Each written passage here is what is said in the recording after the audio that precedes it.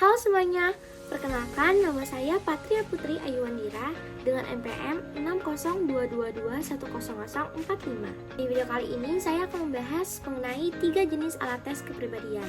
Tes yang pertama yaitu Dragon Test. Dragon Test atau juga dikenal sebagai Projective Drawing for Children. Tes ini dikembangkan oleh J.D. Lamarche van Buren Smith pada tahun 1991. Tes ini biasanya digunakan oleh psikolog khususnya untuk anak-anak.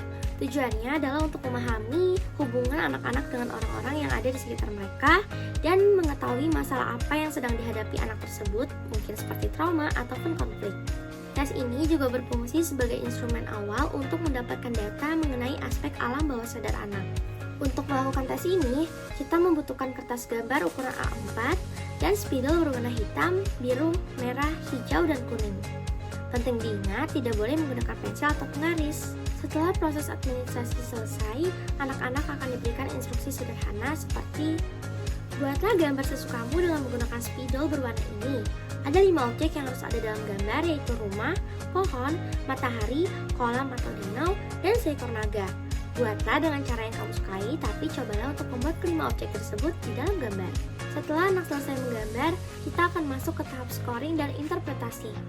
Setiap objek dan warna memiliki makna sendiri. Misalnya, rumah sering diinterpretasikan sebagai peran ibu, sementara matahari melambangkan peran ayah, naga dapat mempresentasikan agresi ataupun kebencian, lalu pohon melambangkan diri anak itu sendiri, kolam atau danau terkait dengan emosi, perasaan, dan sensitivitas. Warna juga memiliki interpretasi. Merah sering dikaitkan dengan kemarahan, hitam dengan kesedihan, biru dengan perasaan atau kedalaman. Posisi objek, ukuran, dan kedekatannya satu sama lain juga memberikan petunjuk penting tentang dinamika kepribadian anak tersebut. Misalnya, naga yang menghadap ke kanan menunjukkan pengungkapan, sedangkan ke kiri berarti tidak diungkapkan. Ukuran gambar juga menunjukkan pentingnya masalah bagi anak, dan kedekatan satu sama lain menunjukkan kelekatan. Nah, dari semua informasi ini, psikolog bisa menyusun laporan asesmen kepribadian yang lebih komprehensif. Laporan ini akan menjelaskan dinamika kepribadian anak tersebut, seperti bagaimana mereka berinteraksi dengan orang tua. Misalnya, pintu rumah menunjukkan komunikasi dengan ibu, matahari di sudut menunjukkan kesulitan dengan pengaruh ayah, dan bagaimana mereka mengelola emosi. Misalnya, kolam yang bergelombang menunjukkan kepekaan atau kolam yang berwarna hitam menunjukkan kesedihan atau beratnya sebuah masalah. Tes yang kedua yaitu House Represent atau yang biasa kita sebut dengan HTP Test. HTP Test ini diciptakan oleh John and Buck pada tahun 1947. Tes ini kemudian direvisi pada tahun 1948 hingga 1992 oleh Buck dan Warden. Buck meyakini bahwa gambar rumah dan pohon bisa memberikan informasi relevan mengenai kepribadian individu, terutama untuk mengetahui hubungan dalam keluarga. Tujuan utama dari HTP ini adalah untuk melihat kepribadian, perasaan, dan interaksi seseorang dengan lingkungannya, khususnya interaksi dengan anggota keluarga. HTP bisa diberikan pada anak-anak usia 3 tahun ke atas, dan biasanya juga digunakan pada anak-anak dan remaja serta individu yang diperkirakan memiliki kerusakan otak ataupun gangguan neurologis. Untuk administrasi tes HTP ini, kita memerlukan kertas HPS ukuran A4, pensil HB atau B, dan penghapus. Biasanya, psikolog akan memberikan instruksi seperti, saudara akan saya berikan tugas yang berkaitan dengan menggambar.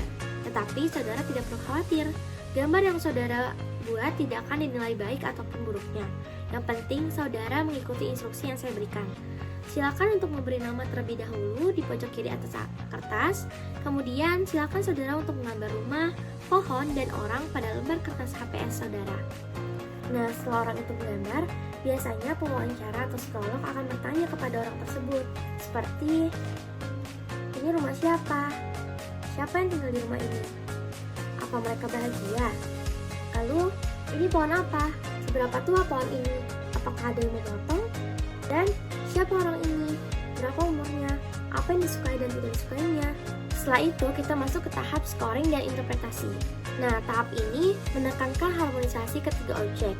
Jadi, sebagai orang yang melakukan tes, kita akan melihat proporsi gambar secara keseluruhan, posisi masing-masing gambar, dan penyelesaian gambar yang berhubungan dengan perhatian dan penilaian subjek. Kalaupun ada bagian gambar yang nggak selesai, biasanya ini akan dianggap sebagai hal yang nggak penting oleh subjek itu.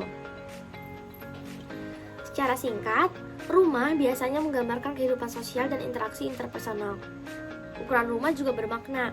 Jika terlalu kecil berarti menolak kehidupan keluarga, dan terlalu besar bisa menunjukkan kewalahan. Jendela dan pintu juga berkaitan dengan hubungan interpersonal dengan lingkungan. Pohon adalah simbol peran dari figur ayah. Sementara itu, orang melambangkan hubungan interpersonal yang bersifat umum atau spesifik dan kondisi diri subjek itu sendiri. Dari hasil analisis itu, psikolog bisa menyusun laporan keaslian kepribadian yang menggambarkan dinamika kepribadian individu itu. Misalnya, gimana dia berinteraksi dalam keluarga bisa kita lihat dari elemen rumah ini. Lalu kekuatan egonya dari mana? Dari pohon bisa kita lihat. Dan bagaimana dia melihat dirinya sendiri bisa kita lihat dari gambar orang yang dia gambar. Tes yang terakhir yaitu tes DISC. DISC adalah tes yang dikembangkan oleh William Moulton Marston pada tahun 1882 dengan buku The Emotion of Normal People. Tes ini tujuannya adalah untuk mengukur bagaimana gaya kepribadian seseorang, komunikasi dengan orang lain, sikap dalam menghadapi tekanan, dan cara bekerja sama dalam tim, lalu kelebihan dan kekurangan dari orang itu, serta mengukur gaya kerja yang dimunculkan seseorang dalam bekerja. Untuk administrasi tes DISC ini, tes ini terdiri dari 24 item. Setiap item terdiri dari 4 pernyataan yang merupakan pilihan jawaban. Individu akan diminta untuk memilih satu pernyataan yang paling sesuai dengan dirinya dan satu pernyataan yang paling tidak sesuai. Biasanya, sebelum memulai tes akan diberikan instruksi tes, yaitu setiap nomor di bawah ini memuat 4 kalimat. Tugas Anda adalah beri tanda X pada kolom di bawah huruf P di samping kalimat yang paling menggambarkan diri Anda, dan beri tanda X pada kolom di bawah huruf K di samping kalimat yang paling tidak menggambarkan diri Anda. Perhatikan, setiap nomor hanya ada satu tanda X di bawah masing-masing kolom P dan K. Nah, setelah selesai, respon akan dihitung untuk menentukan skor pada masing-masing dari 4 faktor DISC, yaitu dominance, influence, steadiness, dan compliance. Skor ini kemudian diplot untuk menghasilkan profil perilaku individu. Hasil dari scoring akan ditampilkan jadi seperti ini. Dominance atau D mengukur reaksi seseorang terhadap masalah dan tantangan. Lalu influence, yaitu mengukur bagaimana seseorang mempengaruhi orang lain dan lingkungannya. Steadiness, yaitu mengukur reaksi seseorang dalam menghadapi lingkungan yang berubah-ubah. Dan yang terakhir ada compliance, mengukur bagaimana seseorang bereaksi terhadap aturan dan prosedur. Seperti hasil tes DISC yang sudah saya lakukan. Sini ada 3 grafik. Nah, grafik most marks public self ini adalah untuk melihat bagaimana kita atau respon kita terhadap lingkungan dan job description. Jadi gimana individu bisa memodifikasi perilakunya agar sukses di lingkungan pekerjaan. Lalu ada list score private self, di mana ini adalah respon terhadap kondisi tekanan atau stres kerja. Lalu yang terakhir ada mirror perceived self, yaitu respon terhadap diri sendiri atau self image. Dan job-job yang cocok juga, ini juga disarankan seperti supervisor, technician, research, trainer. Jadi hasil ini sudah otomatis keluar dan diolah oleh komputer. Nah, itu dia penjelasan singkat dari 3 tes yang sudah saya jelaskan. Semoga bermanfaat. Terima kasih.